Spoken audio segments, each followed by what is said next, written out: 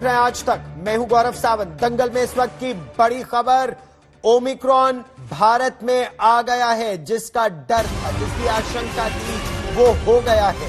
भारत में भी ओमिक्रॉन के 2 मामलों की पुष्टि हुई है। ये एक वेरिएंट है कोरोना वायरस का और दोनों ही मरीज कर्नाटक के हैं। एक 66 वर्ष के पुरुष में ओमिक्रॉन की पुष्टि हुई है, दूसरा 46 वर्ष के एक पुरुष में ओमिक्रॉन वेरिएंट की कोरोना वायरस की पुष्टि हुई है। स्वास्थ्य मंत्रालय ने दावा किया है कि ओमिक्रॉन के दोनों मरीजों की कॉन्टैक्ट ट्रेसिंग, यानी उनके संपर्क में कौन कौन लोग आए, इसकी पहचान कर ली गई है और अब उन लोगों की भी टेस्टिंग हो रही है। सरकार ने यह दावा किया है कि ओमिक्रॉन के खतरे वाले देशों से आ रहे हवाई यात्रियों को लेकर खास सतर्कता बरती जा रही है। लेकिन क्या यह तैयारी पूरी है? क्या अब ओमिक्रॉन की पुष्टि के बाद भारत में और कड़ाई की जरूरत है? इन सारे पहलुओं पर हम विस्तार से बहस की शुरुआत भी साथ डॉक्टर राजेश पारिक जसलोक अस्पताल से जुड़ गए हैं। डॉक्टर पारिक, आप लगातार यह कहते आ रहे हैं कि कोविड का टीकाकरण मैंडेटरी करना चाहिए, चाहे उसके लिए दंडात्मक कार्रवाई करने की आवश्यकता हो। क्या अब वो स्थिति आ गई है कि कड़ाई से दूसरा डोज और संभवतः जब उचित समय हो तो बूस्टर डोज की बात की जाए? सरकार ने आज जब कहा कि भारत में भी अब ये 2 मामले आ गए हैं, आप किस तरह से देखते हैं कि क्या केवल 2 मामले हैं, कंटेन हो जाएंगे, या जिस तेजी से फैल रहे हैं अभी हमको इसके फैलाव का देखना है कि कितना तेजी से फैलता है ये? तो गौरव, आपके 3 सवाल थे।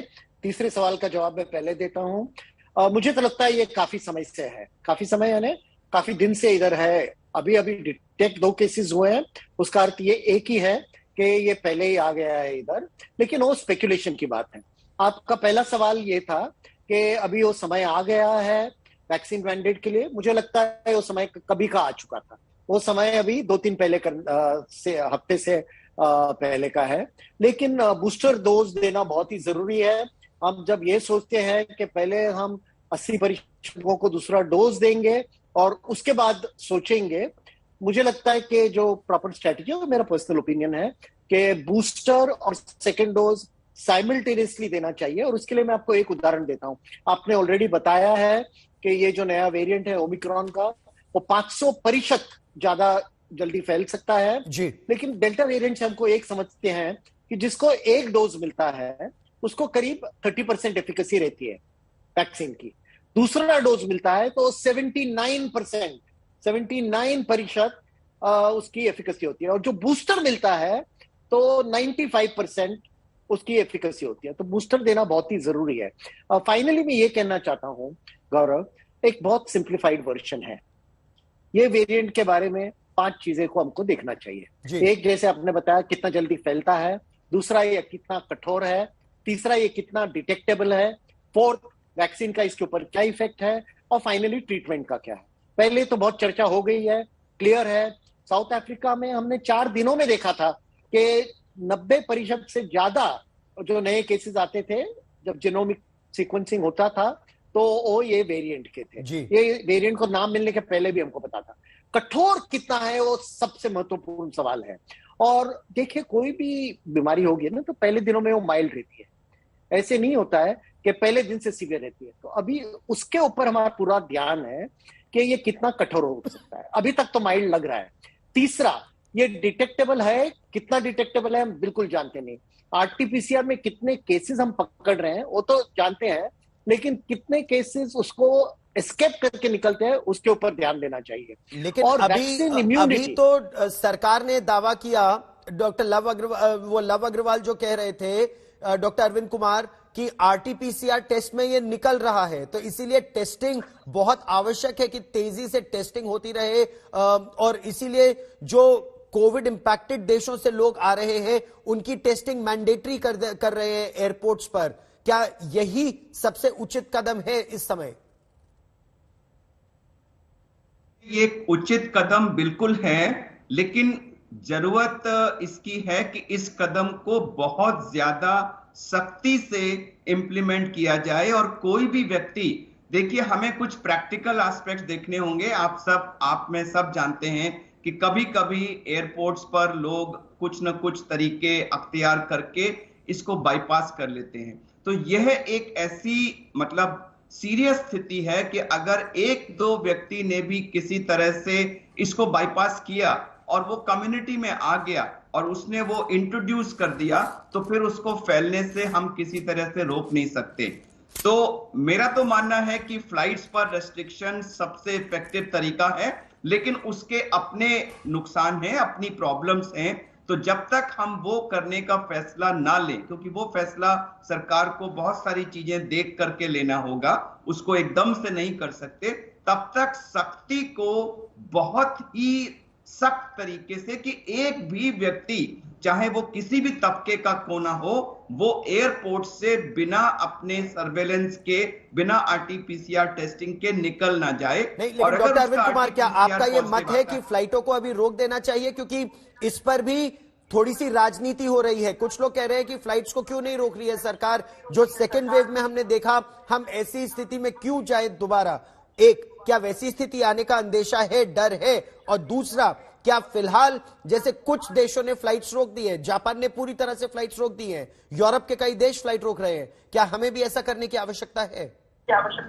देखिए, मुझे सेकेंड वेव की इतनी कठोर यादें हैं कि मैं किसी भी कीमत पर अपने को या देश को उस तरह की एक दूसरी या तीसरी वेव से पास होते हुए हरगिज नहीं देखना चाहूंगा। और उसके लिए आज की तारीख में मैं ओवर रिएक्ट करने को तैयार हूं, रादर देन अंडर रिएक्ट और बाद में हम उसमें पछताएं।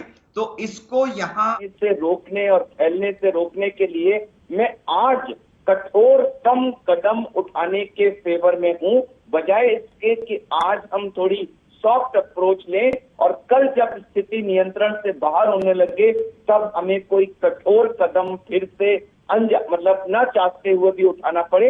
तो मैं आज ओवर रिएक्शन के फेवर में हूं। मेरा शशांक जोशी जी, आप तो कोविड टास्क फोर्स के के सदस्य भी हैं, क्या आपका भी यही आकलन है? आपने मेदांता अस्पताल के डॉक्टर अरविंद कुमार को सुना, वो कह रहे हैं बेटर सेफ देन सॉरी, आज ही लगा दो रिस्ट्रिक्शन अगर आवश्यकता है, ताकि सेकंड वेव वाली स्थिति दोबारा किसी भी परिस्थिति में ना आ जाए।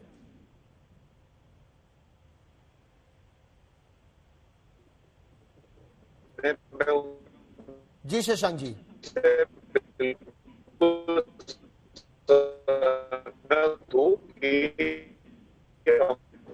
शशांक जी, आपका ऑडियो, हम एक बार दोबारा संपर्क साधने का प्रयास करते हैं, आपका ऑडियो नहीं आ रहा है। लेकिन ड्रेक, यूरोप में जो हो रहा है उसे आप किस तरह से देख रहे हैं? क्योंकि आज ये आकलन भी हुआ कि भारत की क्या स्थिति है, दक्षिण एशिया की क्या स्थिति है, साउथ ईस्ट एशिया जिसे कहा लव अग्रवाल ने, और यूरोप की क्या स्थिति है। तो वहां पर 70% 2.75 लाख केसेस निकले हैं, 29,000 डेथ्स ईयू में रिपोर्ट हुई है। साउथ ईस्ट एशिया में केवल 1.2 लाख केसेस है और केवल 3.1% है, यानी बहुत ज्यादा अंतर है, जबकि उनका वैक्सीनेशन भी ज्यादा है। ऐसा क्यों डॉक्टर पारेख? बिल्कुल गौरव, आपने सबसे महत्वपूर्ण बात और सवाल निकाला है। देखिए, ऑफिशियल प्रिडिक्शन क्या है कि 5 लाख लोगों की मौत होने वाली है यूरोप में मार्च एंड तक। अनऑफिशियल ये है कि शायद ये 10 लाख लोगों की मौत होने वाली है। और अभी वैक्सीनेटेड लोगों में ये क्यों हो रहा है, ये लोग सोच रहे हैं।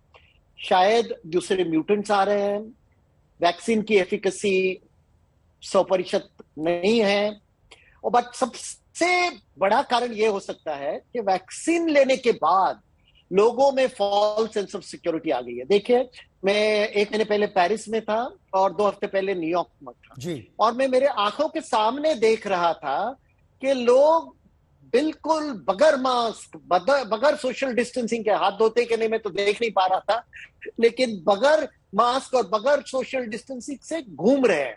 और जो मेरे फ्रेंच होस्ट थे, मैं उनको बोल रहा था, ये मैं सितंबर की बात कर रहा हूं, मैं बोल रहा था कि मेरे को यह फिक्र है कि जब क्रिसमस आएगा और आप सब लोग एक दूसरे के साथ मॉल में जाने की ये करोगे, रश हो जाएगी, तो मुझे फिक्र है। मैंने सितंबर में कहा था कि मेरे यूरोप के बारे में बहुत डर है, और मैंने टीवी पे भी कहा था कि मेरे को लंदन के बारे में बहुत डर है। तो ये होने वाला ही था, और मुझे लगता है कि सबसे नंबर 1 कारण यही है कि लोग कोविड अप्रोप्रिएट बिहेवियर को भूल गए हैं, वो एकदम रिलैक्स हो गए हैं। दूसरी चीज ये हो सकता है कि शायद वैक्सीन की एफिकेसी उतनी अच्छी नहीं है, वो दूसरे कारण है। लेकिन हमको ये कभी भी नहीं भूलना चाहिए गौरव, और आप भी कितने बार बोल रहे हैं, मुझे लगता है आप थक गए होंगे, कि ये कोविड अप्रोप्रिएट बिहेवियर, ये जो 3 चीजें हैं, हाथ धोना, अंतर रखना, मास्क पहनना, इससे ऑलमोस्ट 100% इससे प्रोटेक्शन मिलता है। वैक्सीन से कितना मिलता है मैंने आपको बताया नंबर, तो ये कंपैरिजन ही नहीं है। हम एकदम फॉर्चुनेट है कि इतने सादे मेजर से हमको 100% इम्यूनिटी मिल सकती है, तो उसके बारे में हमको कभी नहीं भूलना चाहिए। डॉक्टर शशांक जोशी, क्या ये आपका भी मत है? नहीं डॉक्टर साहब, जैसे आप बिल्कुल नहीं थक रहे हैं, हम लोग भी बिल्कुल नहीं थक रहे हैं। हमारा बस यही प्रयास है आज तक पर कि हम सचेत करते रहे लोगों को, मास्क पहने, कोविड अप्रोप्रिएट बिहेवियर रखें, दूरी बनाए रखिए, जितना भी हो जान बची रहे। जान है तो जहान है, तो ये 1 बार 2 बार 100 बार कहना होगा, ये हमारा धर्म है, हम कहते रहेंगे सर। और ये आप भी वही कर रहे हैं, और इसीलिए हम बार बार ये शो भी कर रहे हैं।